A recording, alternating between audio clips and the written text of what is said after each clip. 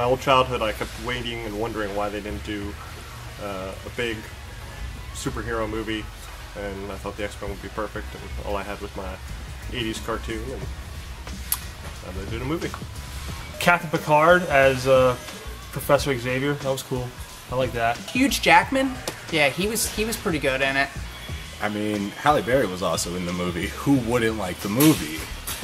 It's a good movie. I mean, other than the fact that Anna Paquin was Rogue. I really like what they did with Sabretooth in the original X-Men movie. I think that I really felt like they stayed true to the source material there with that. It was good to see. I'm happy that the X-Men put a film out because, you know, mutants have been spat on for hundreds of thousands of years since the first, you know, since cavemen were beating dinosaurs over the heads and mutants at the same time. And I'm just glad that, you know, they deserved a movie. Their plight has been it's been well televised, and you know, they certainly deserve. Okay. Magneto was someone I knew very well from, you know, reading the comics as a kid, like the 90s Jim Lee comic. To, you know, see his real origin with the, you know, being in a concentration camp, and that's when he first discovers his powers when he's being taken away from his parents, was just really powerful. And it changed my entire experience with superheroes.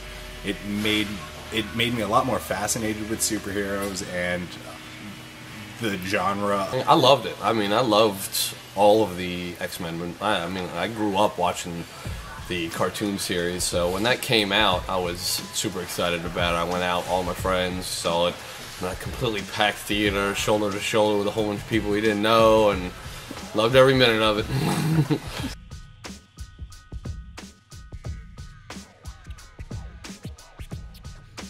Ultimate Universe was great because, well, it was great and it wasn't great because at first I was like, no, what about the hundreds of issues that have gone on before? Like, Captain America has never shot or killed anybody ever, and now he's just like, he's what a military person would do.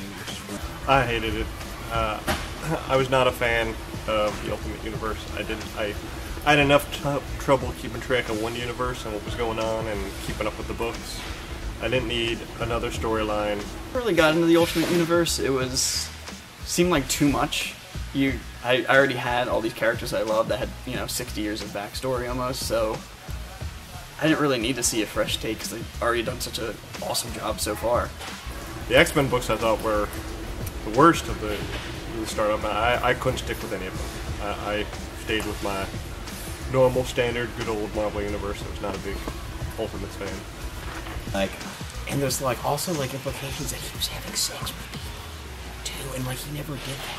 And you're just like, that never happened. Cap doesn't do that.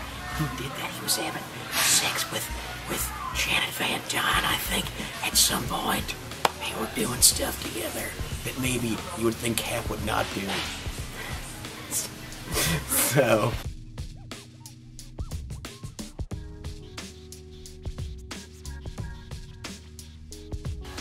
PlayStation 2, I mean, that was huge when that came out. That was...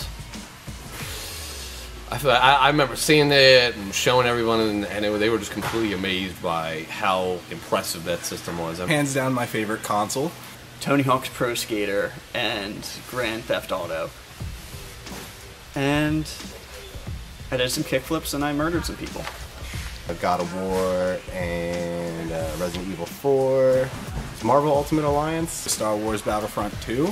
They still need to make a Battlefront 3, that's all I'm saying. I remember buying a PlayStation 2 strictly for Grand Theft Auto 3. I think that sold a lot of those systems. Well, you know, I don't play a lot of board games, so I'm kind of not really PlayStation X-Cube. I'm not into that stuff. I remember picking it up for Metal Gear Solid 2 and playing through that for several days straight until I beat it. And to this day, I have, you know, I had friends that used to turn the PlayStation on to listen to that, like the background sound effect, just to hear it.